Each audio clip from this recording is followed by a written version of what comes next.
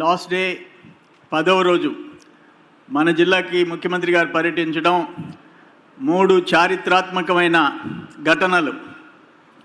ఒకటి 60,596 మంది పేద రైతులు, 66,276 ఎకరాల CJFS land cooperative joint farming society 1975లో కలెక్టర్ అర్జున్ సింగ్ గారు ఉన్నప్పుడు వీళ్ళు పేదోళ్ళు ఏదైనా అమ్మేస్తారు అని RDOని హక్కుదారుగా పెట్టడం.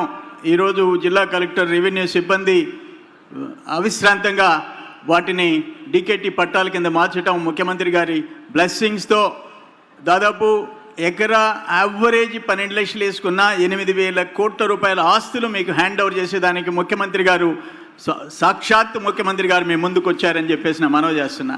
ఇది ఒక చారిత్రాత్మకమైన దినం.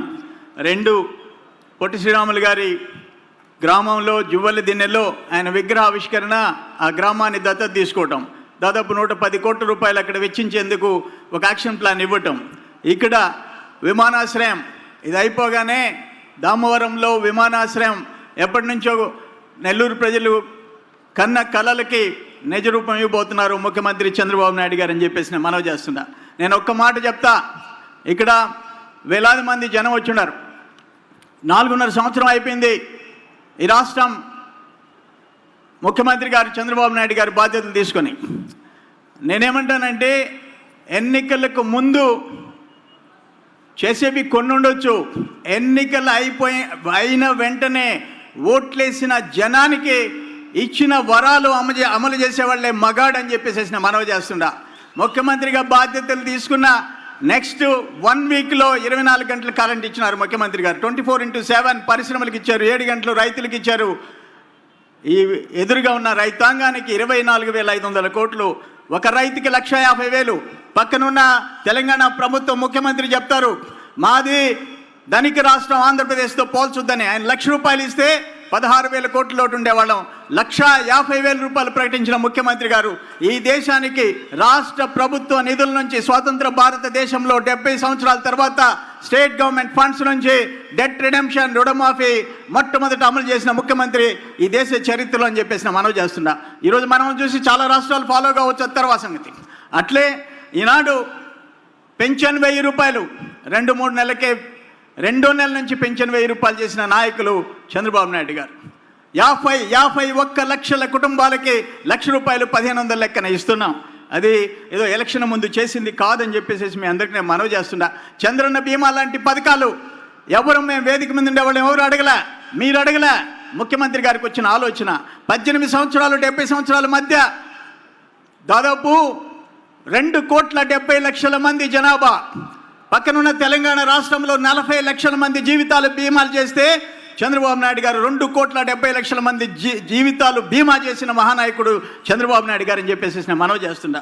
ఇవన్నీ చెప్తున్నారు అక్కడ తెలంగాణలో మేము చేసామని లెక్క చూపించి వైట్ పేపర్ రిలీజ్ చేశాం. ఈ రాష్ట్రంలో రైతుల కోసం మీకంటే 17,000 కోట్ల రూపాయలు ఎక్స్ట్రా ఖర్చు పెట్టాం. ఈనాడు మేము 5,300 కోట్ల రూపాయలు, 24,500 కోట్లు కాకుండా 4వ విడత 5వ విడత 8,000 కోట్ల రూపాయలు రైతులకి ముఖ్యమంత్రి గారు ఏర్పాటు చేస్తున్నారు. తొందరలో ట్రాన్స్ఫర్ చేయబోతున్నాం. ఇక్కడ ఇన్పుట్ సబ్సిడీ కేంద్ర ప్రభుత్వం NDRF నామ్స్ను పక్కన పెట్టి, ఉదాహరణకు ఒక హెక్టర్కు వేరుశెనగ 6,800 అయితే 15,000 రూపాయలు ప్రకటించిన ముఖ్యమంత్రి చంద్రబాబు నాయుడు గారు. 5,300 కోట్లు, పక్క రాష్ట్రంలో 1,300 కోట్లు. మార్కెట్ ఇంటర్వెన్షన్ ఫండ్ 3,700 కోట్లు. ఎవరికి ధరలు తగ్గితే వాటి కొన్న తాలూకు ఇప్పటి వరకు 3,700 కోట్లు. ప్యాడీ రైస్ కాకుండా, ఒట్లు కాకుండా 3,700 కోట్లు ఖర్చు పెట్టాం. పక్కన ఎంత ఖర్చు పెట్టారో తెలంగాణలో చెప్పమని చెప్పేసి మీ అందరికీ నేను మనవి చేస్తున్నా. తోటి సోదరి మండలకు గవర్నమెంట్ రాగానే 10,000 కోట్ల రూపాయలు పసుపు కుంకుమ కింద ఇచ్చిన గవర్నమెంట్ చంద్రబాబు నాయుడు గారి గవర్నమెంట్. ఏపీ MIP మేము తీసుకుంటే అగ్రికల్చర్లో మైక్రో ఇరిగేషన్కి ఇప్పటికి 3,000 కోట్లు ఖర్చు పెట్టాం. యాంత్రీకరణకి 2,000 కోట్లు ఖర్చు పెట్టాం.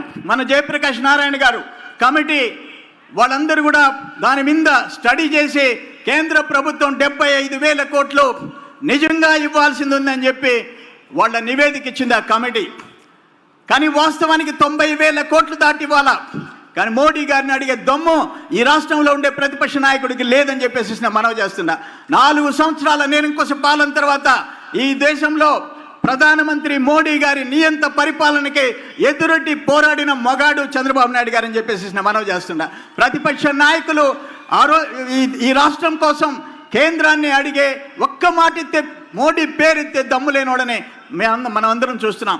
అందుకే నేను చెప్తున్నా, ఈనాడు అన్ని రంగాల్లో గ్రోత్ రేట్ 4 సంవత్సరాల్లో 10.5%. అది తెలుగుదేశం ప్రభుత్వం, రాష్ట్ర ప్రభుత్వం ప్రకటించింది కాదు, కేంద్ర ప్రభుత్వం.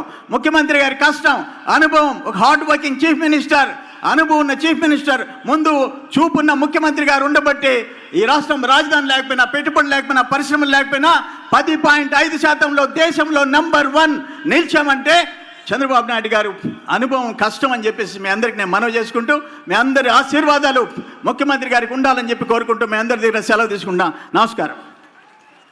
వార్తావాణి న్యూస్ ఛానల్ ఎప్పటికప్పుడు రాజకీయ, సినీ విశేషాలు, స్పోర్ట్స్ మరియు సాంకేతిక పరమైన మరెన్నో విషయాలను మన ముందుకు తెస్తుంది. మరింత సమాచారం కొరకు వార్తావాణి న్యూస్ ఛానల్ ని సబ్స్క్రైబ్ చేయండి.